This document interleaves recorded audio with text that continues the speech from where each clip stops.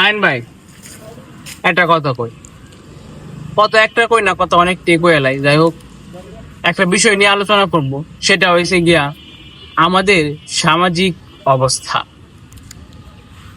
একটা পরিবারে যখন নতুন বউ চলে আসে, তখন শ্বশুর শাশুড়িরা ওই নতুন বউটাকে অন্য একটা চোখে দেখে। কিছু শ্বশুর শাশুড়িরা, সবাই না, তারা কি করে, ও মা গো, নতুন বউ পড়ছে, কি করে, কি লিপস্টিক দেয়, পতলা খায়া লাইতাছে, দেখছো নি, হরমাইশ দিলে 2 ঘন্টা লাগে কাজটা করতে।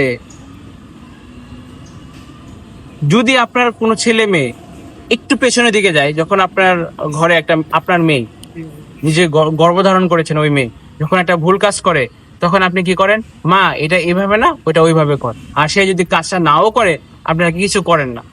কিন্তু যখন পুত্রবধূ একটা ভুল করে ফেলে, সেটা আপনি বুঝিয়ে বলার দূরে থাক, আপনি তাকে কটূক্তি করতে করতেই, ওই কটূক্তি করতে আপনি যে একটা মজা পান, সেটা আসলে বলে বোঝাতে পারবেন।